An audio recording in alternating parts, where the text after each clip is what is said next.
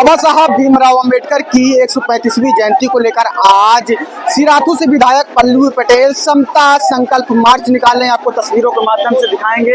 पल्लवी पटेल समेत तमाम कार्यकर्ता समता संकल्प मार्च निकाल रहे हैं। हाथों में बैनर लिए हैं जिसमें साफ तौर पर लिखा है संविधान निर्माता बाबा साहब भीमराव अंबेडकर की 135वीं जयंती के पूर्व दिवस पर समता संकल्प मार्च निकाला जा रहा है। इसके साथ ही पल्लवी पटेल के हाथों में डॉक्टर भीमराव अंबेडकर की एक तस्वीर है। इसके साथ ही उन्होंने कहा है कि यूजीसी लागू करो और आरक्षण भी लागू करो। इसके साथ ही इन्होंने लगातार दारुल सफा से हजरतगंज स्थित डॉक्टर भीमराव अंबेडकर की प्रतिमा पर माल्यार्पण करेंगी।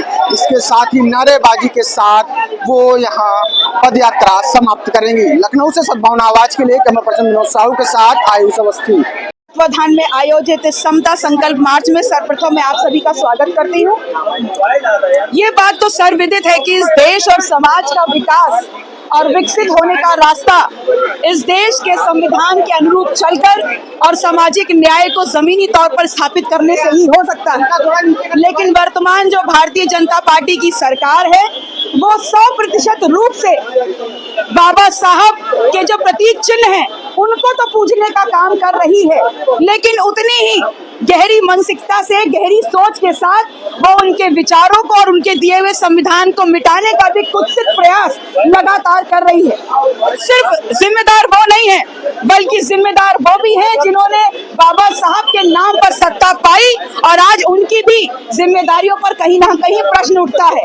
और ऐसी कठिन परिस्थितियों में जहां वंचित वर्ग अपने आप को ठगा महसूस कर रहा है, ये हमारी जिम्मेदारी बन जाती है कि हम जनहित सरकार को रखते हुए आगे जनहित के मुद्दों को उठाते हुए बाबा साहब के विचार, संविधान और उनके दिए बताए हुए रास्ते को सुरक्षित रखते हुए एक बड़ा आंदोलन खड़ा करें ताकि इस देश में समता मूलक समाज को स्थापित किया जा सके और इस देश के आखिरी पायदान पर खड़े हुए आखिरी व्यक्ति तक वो समता और आजादी पहुंच सके।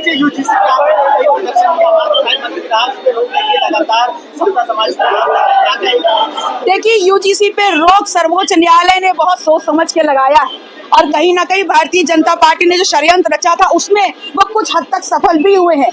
लेकिन जब तक इस देश में वंचित समाज, संविधान को मानने वाला, बाबा साहब, ज्योतिबा फूले, पीपी मंडल को मानने वाले लोग, वो वंचित समाज इस देश में है, तब तक लगातार सड़कों से लेकर सदन का संघर्ष हम करते रहेंगे। और पुनः इस बात को आपके बीच में से भी उठाते हैं कि आरक्षण कोई भीख नहीं, हमारा हक है, हमको मुक्त धारा में लाने का एक अवसर है, वो हम लेके रहेंगे।